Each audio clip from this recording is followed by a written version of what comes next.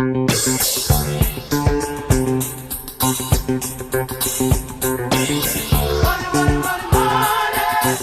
I would come home with a lot of stress, right? Obviously, doing this, millions of dollars in real estate debt. My wife finally just said to me, look, you need to leave that at the office.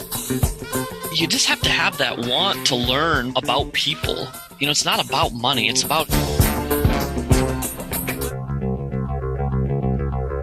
And back to my father, he hated every job he ever had, I think. And I just, from the beginning, I said, look, whatever I do, I'm going to be happy and enjoy what I do, even if it doesn't make me a lot of money. People can't even walk the streets. Yeah, my name is Dave Childers. I live right outside Nashville, Tennessee. Most of my business is done here in the Middle Tennessee area. I own a company called Residential Investment Advisors, and we are a real estate brokerage firm that specializes and focuses just on selling small to mid-sized apartment buildings. So anything from a 2-unit duplex to, I'd say, about a $2 million, which would give you about 50 maybe units, apartment buildings. I started the company in 2011, and I'd actually I tell people I kind of got in this business the backwards way. I was actually an investor buying those type of properties and just saw that there was a need for an agent. That's all they did, and they actually knew what they were talking about. There's a lot of agents that go and people that get their real estate license and then will start trying to sell property. They don't understand this business. And so we kind of took that and ran with it. And in addition, I think I told you, Austin, previously, I've got about 300 something units that I own, and we count doors in this business. And so I own a 5 or 6 different apartment complexes, smallest one being 8 and the largest one being 114. Really, my life revolves around tenants, landlording, investing in all aspects, stuff I'm doing personally, stuff the company's doing. We've got a management wing now that does some property management for people, and we have roughly 1,500 doors under management. Everything I do is in this little box, I would say. And I've tried to narrow that box down and make it even smaller and focus even more on what we do. How did you end up getting into the real estate game? Yeah, it's a really crazy story, but growing up, I'll go way back when I was growing up in Michigan, in a little town called Sanford, Michigan. My best friend's mom was a real estate agent, and she was always there to be able to take us to basketball games and basketball practice. And I saw the freedom she had, and I think that just stuck with me. And so I moved to North Carolina when I was 16 and ended up going to a school called Appalachian State University. Another long story we can get into later, but I left school, moved to Nashville to work with this Christian band, and we flew out to California, and I met a millionaire that more involved with the church than he actually was with his business. And he just, he was a super smart business guy, and we spent some time together, and he said, hey, if you ever want to start buying real estate, let me know and I'll pretty much help you out. And I kept a friendship with him and kind of just had him there as a resource. You find people like that are willing to help you. You've got to cultivate that relationship. And so that's what I did for another year or so. And then when I finally was kind of tired of being out on the road, traveling United States with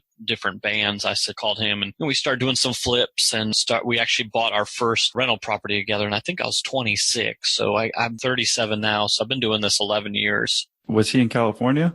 He was in California. Yeah, he owned a large subcontracting company out in the Northern California area. And I think at that time he had 120 employees roughly. High school graduate, your typical millionaire next door, doesn't really flaunt his money, very generous to people, mostly who are willing to work hard and help themselves essentially, because that's what I wanted to do. I wanted to create a better life, and he saw that. He was willing to be part of that. That's where that kind of started. So yeah, he had a company out in California. It was funny when I met him, I said, man, they must pay youth pastors out here really well, because we had gone to his house, and he said, oh no, I own a business and it kind of runs itself, but I volunteer at the church. I think he said 3 days a week at that time. You said he had like 100 plus employees. So did he see something special in you to go ahead and kind of mentor you and to let you get in on that flip? So this is the crazy thing. I'll fast forward. We're still best friends. I mean, I tell people he's 13 years older than me, and he's probably one of my best friends. I mean, brother, best friend, business partner. We're still business partners of 13 years, and we kind of hung in there together. And it wasn't ever easy because,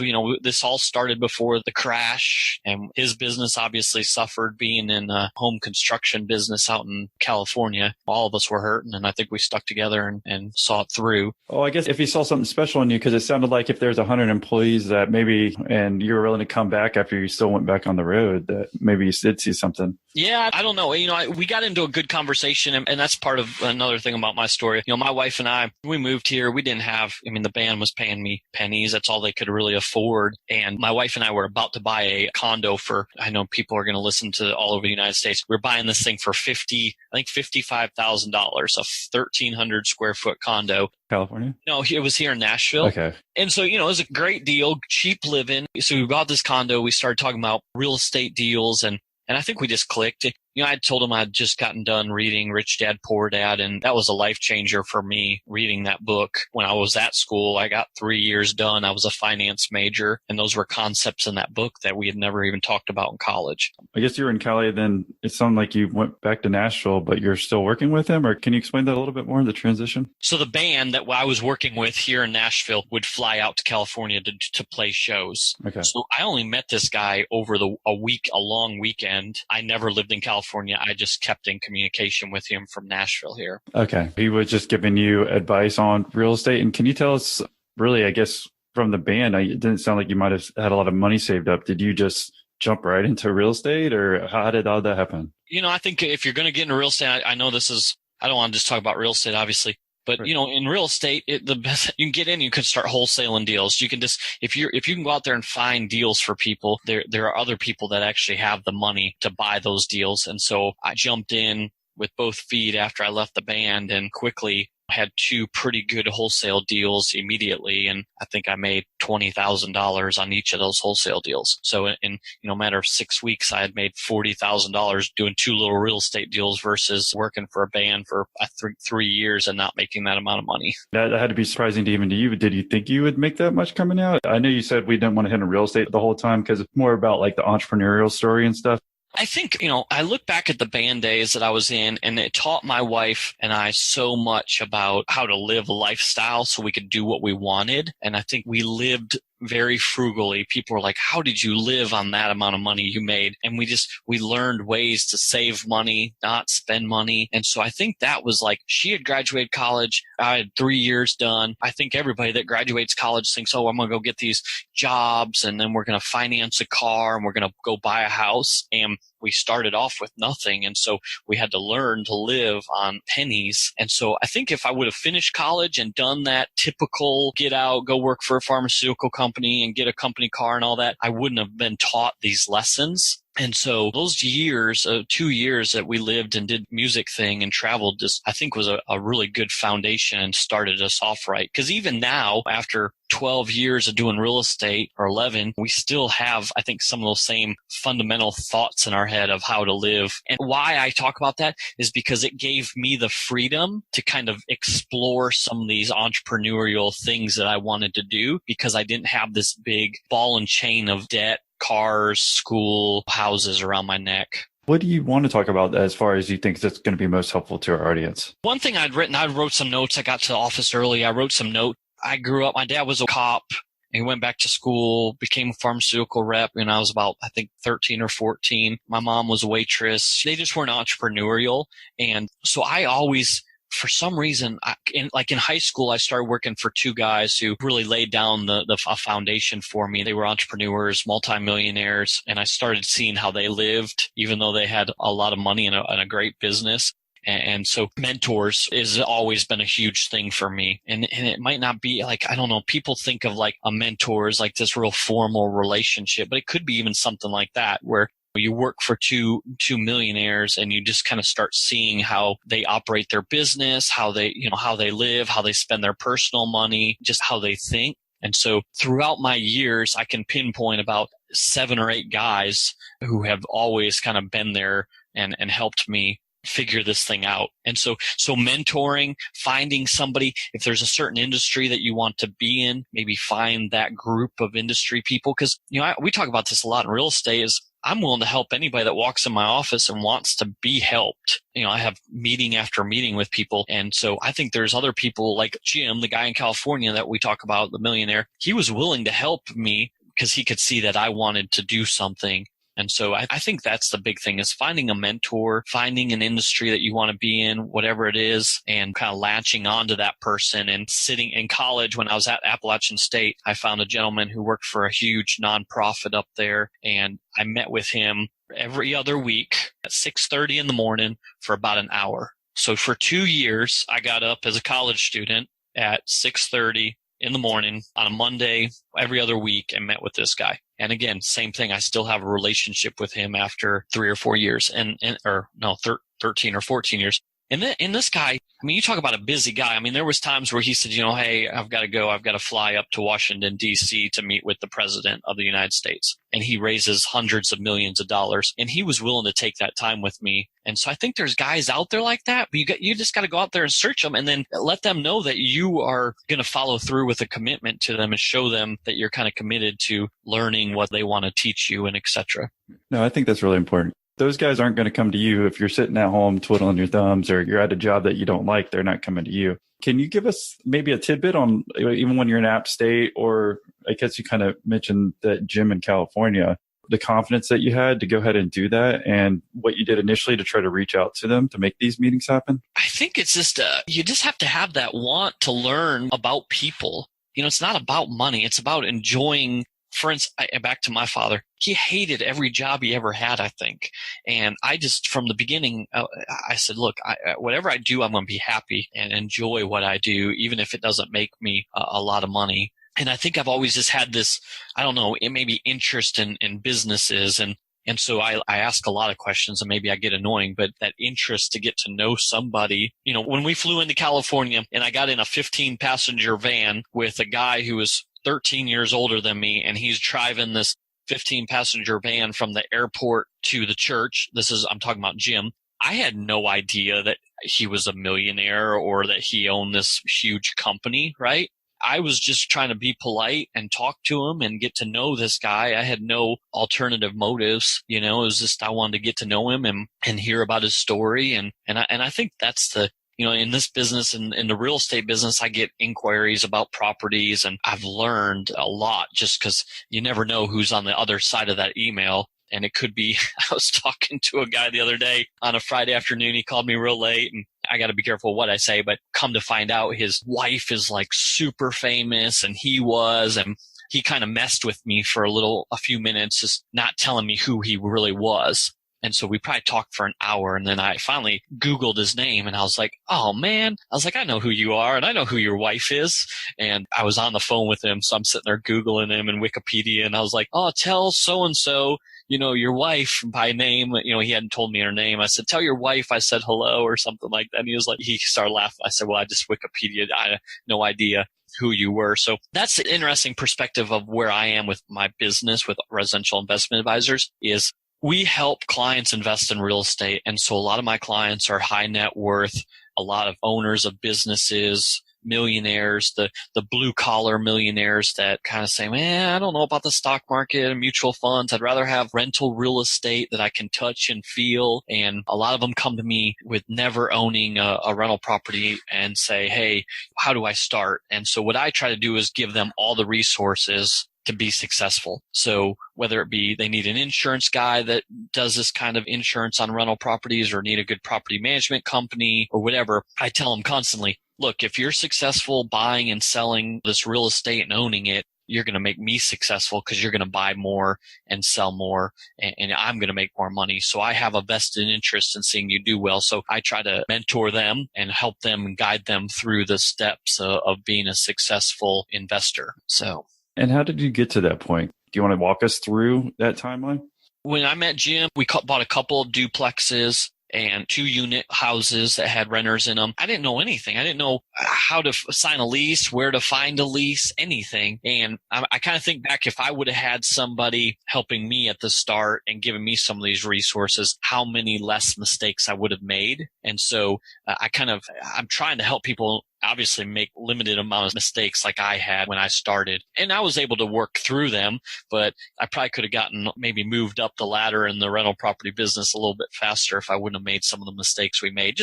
And honestly, is paying too much sometimes for property, not understanding the numbers and how the expenses work. And so I kind of modeled it after what I would have liked to have when I started.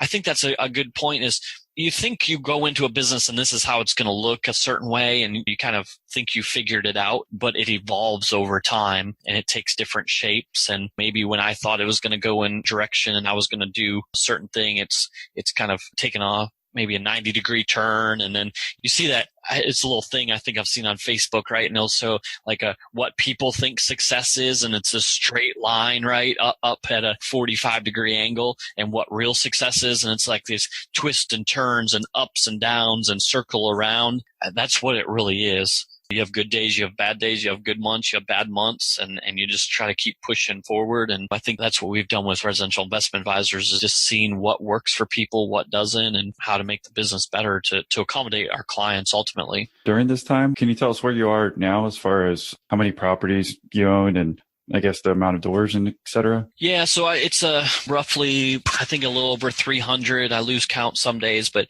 if you were to value, if I was to sell every apartment building off, it'd be, I think, around the $20 million mark. And then the brokerage firm will sell maybe $16 or $18 million this year in properties. And then the property management company will manage 15 to 2,000 doors. So it's a good business. I mean, I love what I do. I love being on podcasts like this. I think mostly with investing, if you can start young, like you said, you're in your young 30s. If you bought a couple rental properties in the next couple of years and put them on a 20-year loan amortization, by the mid-50s, you'll have those paid off. And actually, the tenants will pay them off essentially.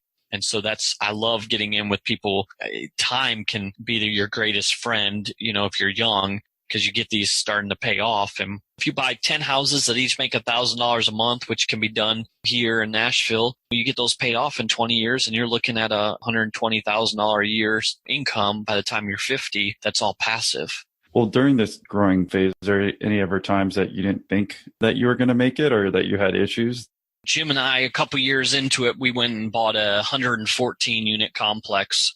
And I was 27 years old, I guess, at that time, and had been doing it a couple years. So I was still very new to the business, and we converted all those 114 units to condos. There's a legal conversion you go through. There's nothing physical you do to the property, but legally you change them all to condos. And this complex is by a major university with about 30,000 students. And we thought, man, we'll sell these off to students, parents. They can rent, buy these condos close to the university. Great plan. I think we would have executed it. And then the whole crash happened in real estate. And I was in, I think, 07, 08, and there was no financing on condos. Pretty much condo financing had dried up completely. So I was stuck in a college town in like September or October with an apartment complex or a condo complex that was 50% occupied, because I had been kicking people out or asking them to leave so I could renovate these units and sell them off as condos. So college town didn't know anything about running an apartment building. And I was like, what am I going to do? And so that was scary times. And I mean, the economy was bad. Rents were down, didn't know what I was doing, had really no money to market the business and market the complex. So had to figure out every cheap way of setting out flyers and signs. And at that time, Craigslist was still new. So we were using Craigslist ads to rent. And I'd say it took us 2 or 3 years to get out of what that happened, like that whole funk of getting the property back full with good tenants that paid. And so those were scary times. I was working down there, honestly, for about 3 years without a paycheck. And so I survived. I just kept telling people, look, if we can get through this and pay all of our bills and not get foreclosed, because I saw so many owners getting foreclosed on, mostly people who had bought, here in Nashville and lived in other states because they couldn't be hands-on. And so, those are scary times. So I said, if we can get through this and get out the backside, pay all of our bills and pay all of our vendors, I will see that as an accomplishment. And we did. And so a lot of people that are getting into real estate now kind of don't know what we had to go through during those days. And I hope they're not making some of the same mistakes. Yeah, some other points, I guess. Did you want to jump on some of those? Yeah, I mean, I wrote down the debt trap. I was lucky enough like I said, when I was in college to keep walking past all those people with credit cards. And I think we've talked about this in the past. My wife and I realized that we didn't have to make that much money if we weren't spending that much money. A lot of people I talk to every day, I'm like, yeah, you should start that business. And they're like, well, I've got to make at least $6,000 or $8,000 a month just to pay my bills. And I kind of always thought, man, if you didn't have all that debt or bills, you could do what you really want to be doing, but you're not willing to give up cable. You're not willing to give up all these luxuries that you're used to. And I've just learned these lessons that you're not going to get to the next level by thinking you can work 9 to 5. When we started this business and for all those years I was talking about that were bad, I worked 60, 70 hours a week in the beginning. And if you're not willing to sacrifice that, I don't think you have the capability of getting there. So speaking of those hours, were you married at the time, and was that ever an issue at home? Yeah, I've got my kids are 9 and 10 now. So really, when we started this, they were in their infancy and they were young. And so, my wife and I, you learn things as you go. And I would come home with a lot of stress, right? Obviously, doing this, millions of dollars in real estate debt. And my wife finally just said to me, look, you need to leave that at the office, and even phone calls. I'd walk in on the phone, business calls, and the kids would want to grab onto my legs. And I finally started realizing I sit in the car until I'm done with a business call before I walk in the house. And then I have a very high, I call it stress threshold. So I can go to bed at night and I can sleep, and I don't stress about things very easy. I think there's solutions to everything, and sometimes I just need time to get through that and think about it. I don't make decisions quickly on certain things. And so I don't stress people. I don't know. Sometimes I hear people's stories and maybe I'm not kind enough or whatever, but I'll hear them stressing about something. I'm like, that's the dumbest thing to be stressing about, I'm like, you don't even know what real stress is. But that's something, Jim, again, you find these mentors like I was talking about, and you hit a roadblock, let's say like that. I remember calling Jim one day completely stressed out, and he said, look, calm down. And secondly, if you think that you're going to get to the level I'm at or where you want to go, you got to learn how to deal with this. Yeah, no, I think that's really important. In the day, you can only control what you can control. I've seen it time and time again too. I think that's the number one thing when you're running your business. There are people looking at you too. So if you're acting stressed out and crazy, what's everyone else going to do below you? Yeah, exactly. And I bought property recently, and the vacancy kind of dropped just because we were charging more for rent. We were making some changes that the previous owner hadn't, and the manager was really stressing out about it. And I said, look, it's fine. Calm down. We're going to make a plan, and we're going to work that plan. And so I don't know. We started on that about debt though, and mentors, back to the mentors. It might not be a mentor is going to sit here and go take steps A and B, but having that person that you can call, when I have a big decision to make, there's probably about 6 people, if I wanted to, that I could call and say, what do you think about me doing this? We just did this about 6 months ago. My wife and I had a pretty big decision to make, and I called all of them and said, this is kind of what I'm thinking about doing. Give me your thoughts. You know me, you know my business, you kind of know my finances. It's kind of like having a board of directors. And there's groups, I joined a group last year, 2 years ago. It was called C12. It's a Christian CEO thing here in Nashville. And I think there's about 40 Christian CEOs. And some of these people have $1 million businesses. Some of them have $250 million businesses. And again, you get in those groups and you can start bouncing ideas off people. And then you also meet people that are kind of in your same maybe predicament or situation where they want your advice or perspective on certain things. So find those groups, find mentors, find people that you can talk to, learn to deal with stress situations. Well, what do you think has been the number one thing to help you grow? For instance, especially, I guess, after the condos, after you're able to get through that, manage the stress, what would you say is the number one thing that's helped you grow? I'd say be a constant learner. So even though I'm not a big fan of maybe a college degree, I'm always listening to books, going to real estate seminars. I've been a member of our real estate investment group for 12 years now. I love Marcus Lemonis, The Prophet. I love that show.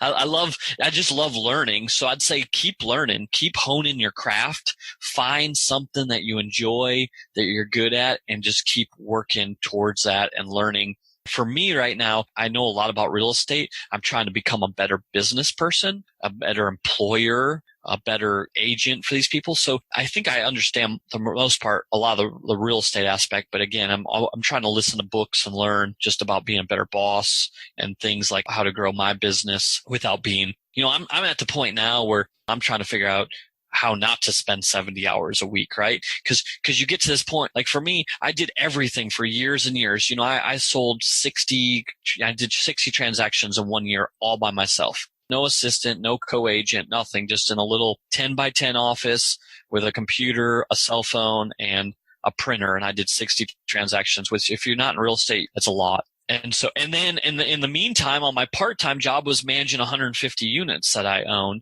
And so you get used to doing everything. And now after 10 years, it's trying to figure out how not to do everything and how to find good people to come alongside you that want to further the business and can help you out. So those are the kinds of things I'm learning right now. Was there a time that you realized you were looking back that you weren't learning and maybe you were just doing the day to day? Because I know that happened to me. I was a learner and then I just got sucked into the business where I was kind of doing everything like you were saying. And then I stopped learning. After a few years, I'm like, yeah, maybe I need to start learning again, Well, I learned that there were people that could do a better job than me, right? And do it for less, maybe make me more money. So, and when I say that, like for our big 114 unit complex, I kind of was always like, I'm going to manage it myself. Nobody will be able to run it. Maybe it's cheap and make as much money as I am on this property. And I hired a management company that is excellent. And I will never, ever, ever go back to doing the day-to-day management if they're around because they've just done such an excellent job running that property. And so you start realizing, you know what? There's other professionals out there. Let them do their job and you focus on what you're good at and what your task is. And so I would say that I've learned that. And I probably was kind of stuck in my ways, if you want to say that, to thinking that I knew best. What does a typical day look like today for you compared to, I guess, when you're starting out in real estate? So I've got the sales team, I call it, here in Nashville that I kind of work out of the office. We've got a small office right here by the airport in Nashville. And so my day will be maybe 25% of the sales business. So that would be, I'm still day to day selling property and meeting with owners and doing that stuff. So I've got a salesman, Matt, that works with me and an assistant. So I'll work in this office and we'll work on a few sales things. I will today that kind of, and then the management company, I might speak to the lady that runs the management company a day for 20, 30 minutes. And then the other properties check in with managers, see where vacancies are. And so it's a hodgepodge. Every day is different. I kind of like that. Some days I'm driving a couple hours to go look at a property or meet with an owner. And then other days it's back-to-back meetings. Every day is different. I guess if I looked at my business and I have 7 or 8 different corporations essentially under me, it's how to further and help push all those to the next step, right? So just being able to spend a couple hours, maybe an hour with Matt who sales with me and kind of go over what we're working and kind of give him my advice on what I think he probably needs to be focusing on right now. And I think that's kind of my coaching all these different companies to move forward. Was there ever a piece of like technology or like software that you started implementing that really helped like grow the business that you didn't think of beforehand or anything of that nature? No, I mean, man, I'm so old school when it comes to that stuff. Like even you asking me to use Skype, I'm just like, oh gosh, another software. I don't know. I mean, obviously having cell phones and I'd say Facebook, I said this on another podcast, we're using a lot of Facebook advertising and it's working on the apartment buildings. And so don't be scared to try new things, something like that. I was like, well, let's just, we have a small apartment building. So let's just put ads up and try to see if that works, right? And it was a huge success using Facebook advertising for this apartment building. And I never thought using Facebook advertising would be good. But no, I'm pretty old school, man. I like to meet with people face to face. I like to talk one-on-one with people. And so I spent a lot of time really building relationships with people. And so, I mean, technology, I'm very visual. So like I have a huge whiteboard that I race on and draw on every day with tasks. And I'm a big list guy. I've got a legal pad sitting here. I'm not a technology guru. You talk about weaknesses. Right? You got to know your strengths and your weaknesses. And like I'm using a computer I think I've had for 6 years. I'm not a technology guy. I'd say maybe one of my weaknesses. Before we close, I was just going to ask, what do you think is most important for the entrepreneur who's listening and growing their business overall? Just keep working, work hard, find out what you're good at, what you're not good at. I think that somebody said hire toward your weaknesses. So I know I'm weak in the technology. So when I hired an assistant, I wanted to make sure that she had a lot of strengths when it came to technology, and she does. I'd say just, again, it's work. It's old fashioned stuff. It's old. Work hard, take good care of people. I mean, that's something we talk about on our apartment buildings, and it makes me mad when people argue with us about that. But treat others like you want to be treated, whether it be a client or a customer or somebody who works for you. Don't be a jackass. Take good care of the people that work for you. I sit here and think about all my tenants and think, man, I'm thankful for them. I'm thankful that they pay their rent on time, and we try to take really good care of them because we know that they're paying the bills. And so just treat others good, man, and get to know people. That's a big thing. And help people like you want to be helped. That's the thing. I can't sit here and go, oh, find mentors if I'm not willing to be a mentor to somebody else. So podcasts like this, listen to them, just keep learning. What do you see for your future as a company and you personally? I put plans together last year. I sat down and with a group of advisors and said, where do I want to go? How do I want it to look? And I've been working a plan over the last year. One was to find an agent to take care of and take over the sales business. And so Matt's been here for a year. And so he's been doing that. I would like to be out raising money, raising private equity to find more apartment buildings. And so that's another job in itself, just meeting with people who potentially want to invest with you. And so those are the kinds of things I've been doing. Some of the properties, I looked at my portfolio of what I own and I said, what's taking the most time and making me the least amount of money? And so we actually sold a few of 10 properties off this year that were just probably 40% of my time was being spent. So stepping back and looking and reevaluating what you're doing. Can we jump on that though real quick? Because I think that's really important. What made you think about it that way as well? Having this group of advisors that you go to and you say, C12, if you're a Christian and you're interested in business, I'd say seek a group out in your local community. They're in most metropolitan areas. For me, I felt kind of out of place because, like I said, there were guys that had 50 employees and did $300 million in business. But man, they were so helpful to me. So I wanted to, so you do this presentation. There's a presentation. We all met once a month for an entire day. And you sit with these guys, right? And so I kind of laid out my business and they start challenging you with these questions. Like you're asking good questions and saying, where do you want to go? What do you want to do next? And I said, well, this is kind of where I want to take it. Okay, well, what steps do you need to take to get your business to that place where you want it? And so it just, you got to get those people that are going to challenge you and make you think. And so that's what I did. I kind of came up with a game plan and it didn't happen overnight. And I worked this game plan and, we're kind of coming out on the backside of it now. And it's probably time to sit down and come up with a year or 2 year plan of where I want to go. We appreciate you coming on. What would be the best way for someone if they want to say thank you for doing the podcast or reach out to you? Yeah, you can email me anytime at Dave at RIA and then a hyphen inc.com. So it's Dave, DAVE at RIA-INC.com. Shoot me an email. If you're here in the Middle Tennessee area, I'd love to chat with you. If you want to talk about real estate in any part of the market, if you're a broker out there and you have multifamily deals, I'm a buyer, so call me. I'm interested in getting on your list, and that's the best way to reach me. I appreciate you coming on, Dave, and sharing your story with us. Oh, thank you. I appreciate it.